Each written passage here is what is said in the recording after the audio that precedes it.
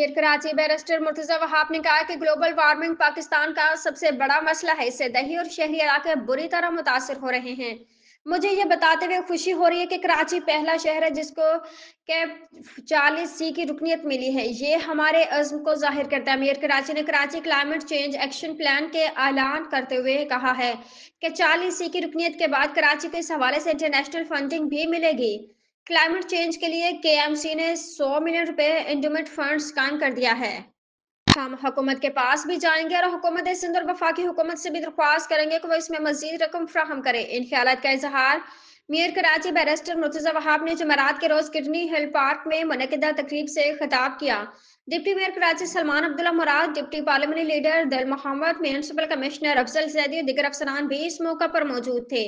Mir Karachi barrister Murtaza Wahab ने कहा कि शहर में बड़े पैमाने पर कौन से दरख्त लगने हैं, कहाँ लगने हैं, पानी की जरूरियात कैसे पूरी करनी है, कार्बन फुटप्रिंट को कैसे कंट्रोल करना है, पानी को कैसे रिसाइकल करना है, समुद्री हयात को कैसे बेहतर करना है, सस्ती बिजली कैसे फ्राहम होगी, सनती फजले को कैसे ठिकाने लगाया जाएगा। तमाम चीजें इस मास्टर प्लान में शामिल की गई हैं।